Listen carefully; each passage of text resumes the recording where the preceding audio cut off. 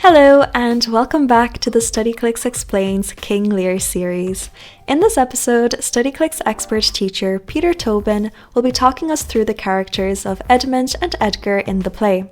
Peter Tobin is an English teacher who has a YouTube channel called Mr. Tobin Leaving Cert English, where you can find loads of free videos covering different parts of the Leaving Cert English course. We have linked his channel in the description, and we can't recommend enough that you check it out and subscribe to get updates on the new content he's making. The next voice you're going to hear is Peter's, and we hope that you will enjoy this episode. The next two characters we're going to look at together, just like we did with Goneril and Regan. So these two are Edmund and Edgar, and while they are more nuanced and are characterised differently to the two sisters, they work in contrast to each other to give the audience a picture of filial loyalty, or the loyalty of children. Edmund is the illegitimate or bastard son of Gloucester. He jokes with Kent at the beginning of the play about Edmund's conception, a brief affair with a woman who was not his wife. Edgar is Kent's legitimate son. Born in wedlock, they are very close in age, and all that separates them, as Edmund points out in his famous soliloquy in scene 2, is that Edgar, his half-brother, was conceived in a marriage bed with a woman who was Gloucester's wife by law. Edmund was conceived in a bed of passion with a woman who wasn't Gloucester's wife. Does that make them different? Edmund asks. And if it does, then surely it should favour him, Edmund, as he was conceived in a moment of passion and energy, not as a product of a stale or tired relationship or marriage.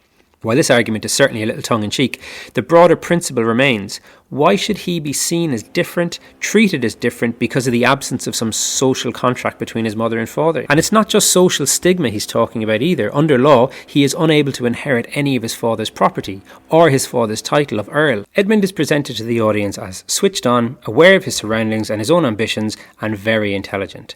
Edgar, on the other hand, is shown to be naive and easily falls into the traps that his brother sets for him. As the legitimate child, who will inherit all of his father's estates as well as the title of Earl, we get the sense that Edgar is a little foolish, lacking agency, and just playing the role of the dutiful son who will one day take his father's place.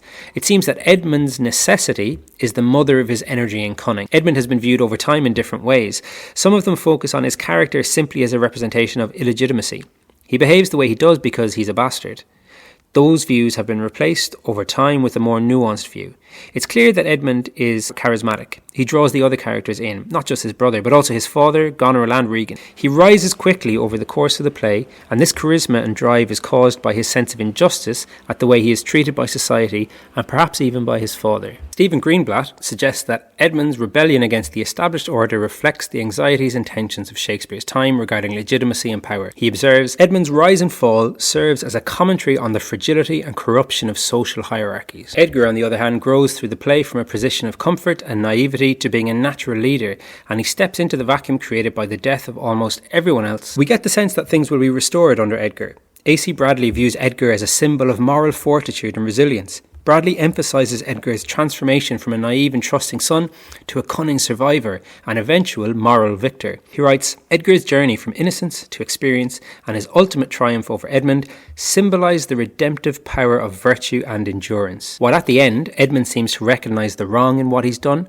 trying to undo his actions too late and revealing that he has ordered the murder of Cordelia. The most telling of Edmund's words, though, come after he is mortally wounded, and he sees that both Goneril and Regan have died for him. He says, yet Edmund was beloved. Who's the greater villain in this scenario? Edmund, or the society that refused to allow him to be loved and accepted on the same terms as his brother? That concludes our 7th episode, and we hope that this analysis of Edmund and Edgar has given you a deeper understanding of them and equipped you with lots of great ideas and phrases that you can use in your essays. Once again, if you enjoyed this, we would really encourage that you check out Peter's YouTube channel, Mr. Tobin Leaving Cert English, which is linked in the description. Trust us when we say this is an incredible free resource for 5th and 6th year students, and we hope that you stay tuned for more content like this.